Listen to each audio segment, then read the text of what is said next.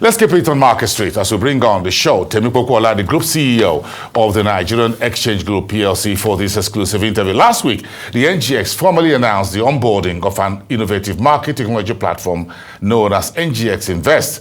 The new platform allows investors to simply click on their digital phones and invest in any primary shares offering offered by issuers on the Nigerian exchange. Let's get some facts behind the digital platform now with Popoola, the group head of the NGX Group PLC, live here on Arise News Channel. Thanks for making the show tonight. Thank you for having me. Great, we appreciate it. And let's do a little bit of facts behind the not behind the figures, but facts behind the offer. Because what the NGX is offering the market is a new horizon when it comes to the new digital platform. Tell me more about it. Thank you very much. So I think, as I like to say, this platform builds on what I think has been a very strong historical consumption of technology by the exchange. The exchange, if you look over time, has been a market leader when it comes to innovation. Everything from the market infrastructure and architecture that we have today to the fact that, if you look at COVID, and this is even before, times before even I joined the exchange, you saw periods where we traded almost 3 years without any downtime in trading. This speaks to just the investments that have been done in technology. So what we've done is really to build both on that and to build on what I think are a few other pillars. Pillars, for example, like what I call our intermediaries, who also had invested quite a bit in technology. In 2021, for example, we did have in this market a digital transaction, a primary market transaction that was end-to-end digital.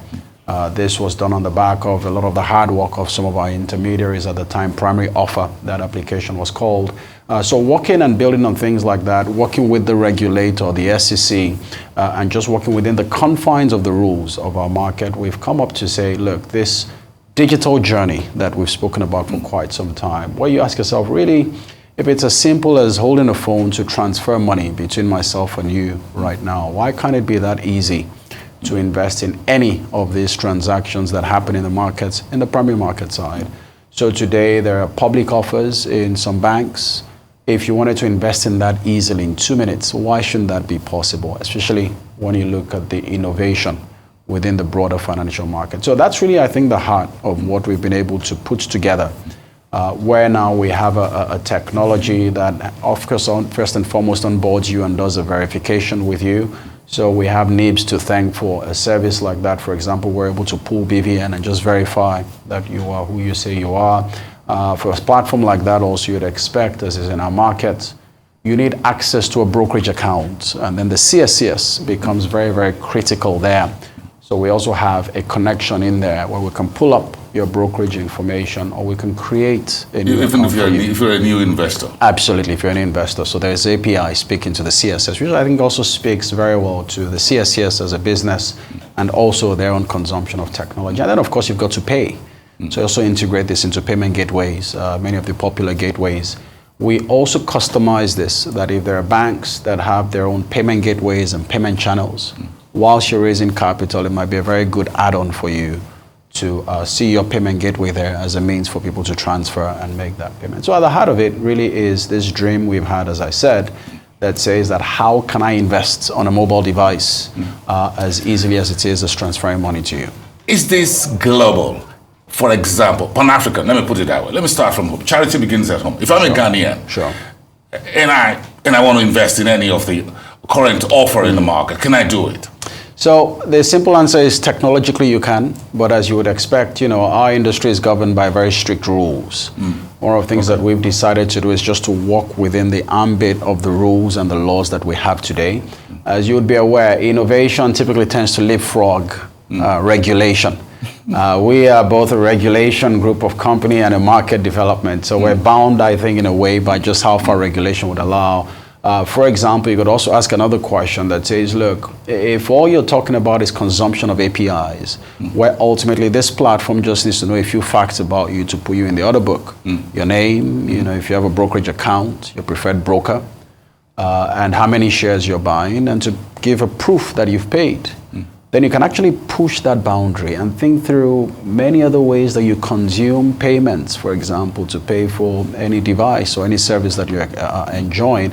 Those channels also potentially could be platforms for this. Of course, the regulation does not allow that. So it's a long-winded answer to your question to say that we've decided to just keep things as simple as possible for now, and just work within the ambit of what our current regulation is. This is a curtain raiser, in a manner of speaking. But I'm sure once you open the door, the rest is history, as the saying goes, as you're trying to put it.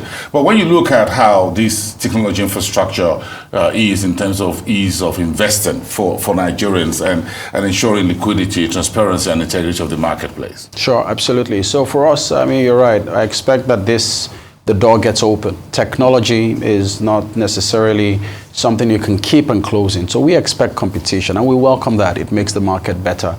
Ultimately, to the point that you make, I think a few things that this would address. One, first and foremost, there's a huge demography of Nigerians that we're not seeing in the capital markets today. It's that young, what I call underbelly of Nigeria.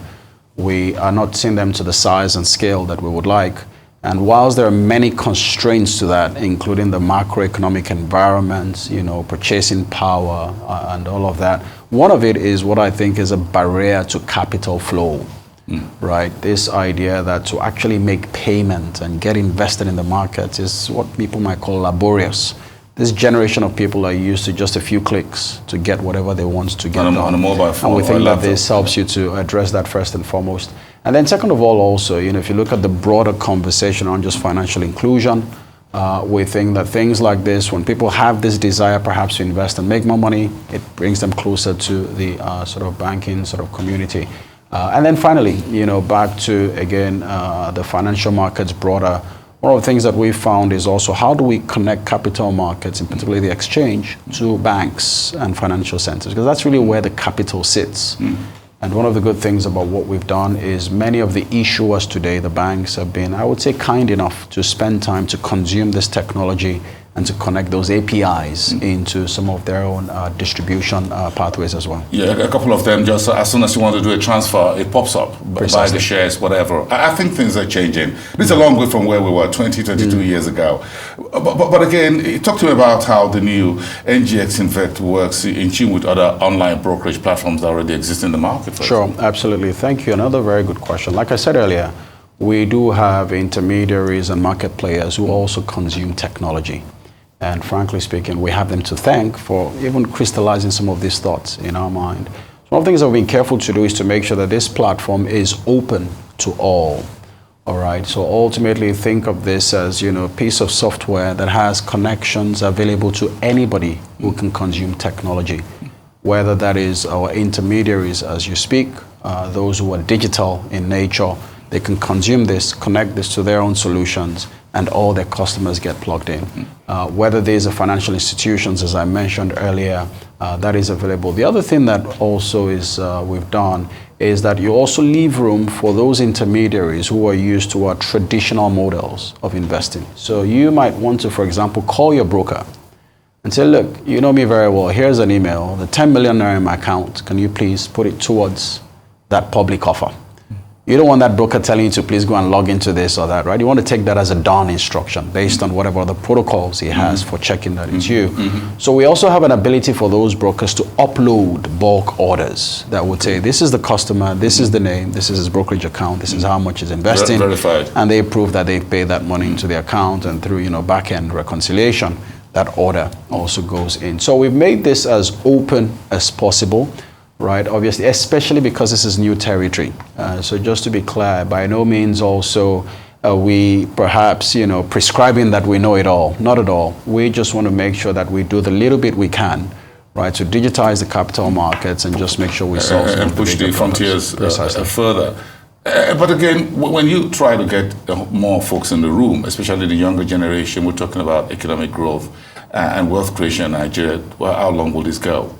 So this is, I think, just one piece of what is a very complex conversation. Unfortunately, maybe fortunately, unfortunately, financial markets are complex. They are complex. I wish that you, absolutely, I wish you had one solution to the problem. So if you look at this one you've mentioned, which is really around why aren't there a lot more retail Nigerians consuming capital markets, it's complicated. One of it is what we're trying to address. Another big one is just that people aren't educated enough as to what is available in financial markets. And that is a huge other burden that we can spend this entire session speaking through. Several other levers to that. Where are the products?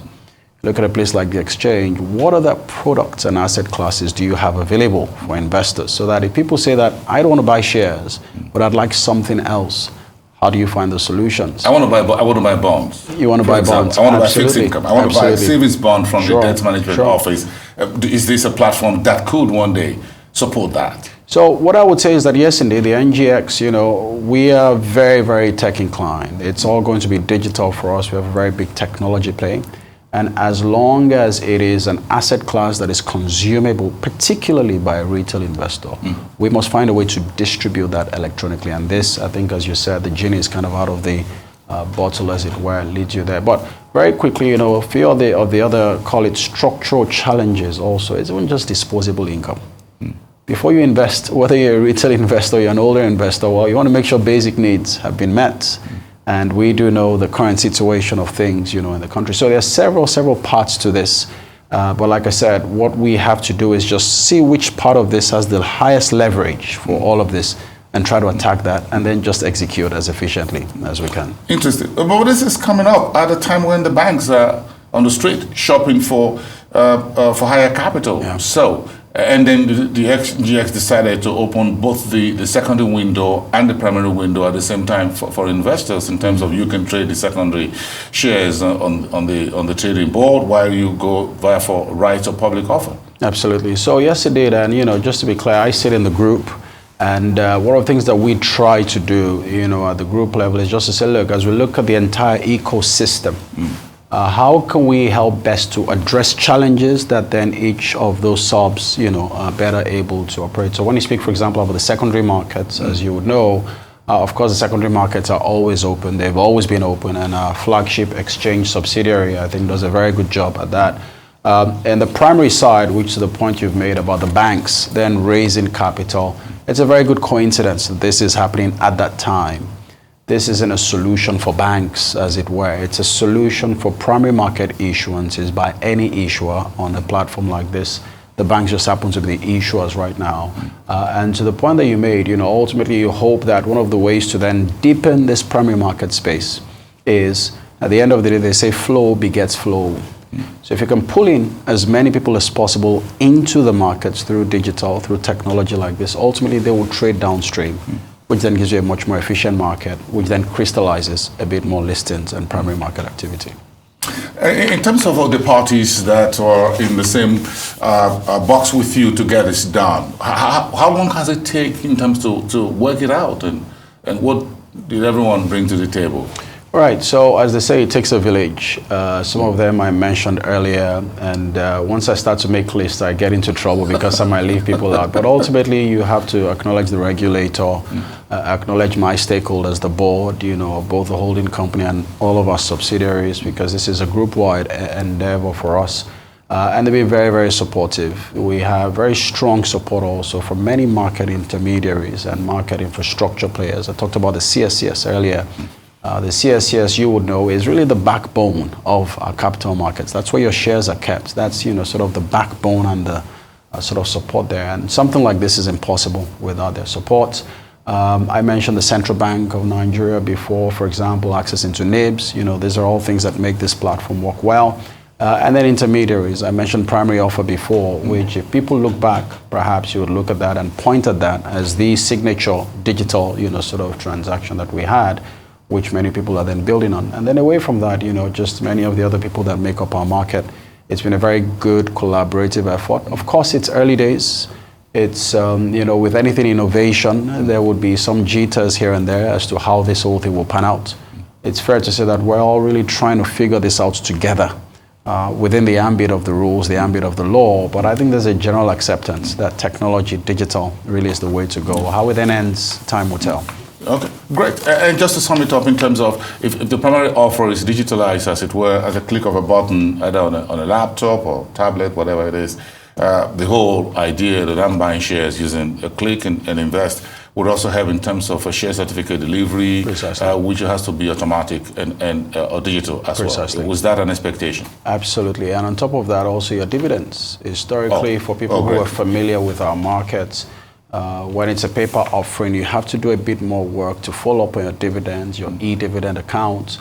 Once it's digital this way, in there you would have a chance to pay, like I said, but you'd also have a chance to put any account of any bank where you would like your dividends to go into.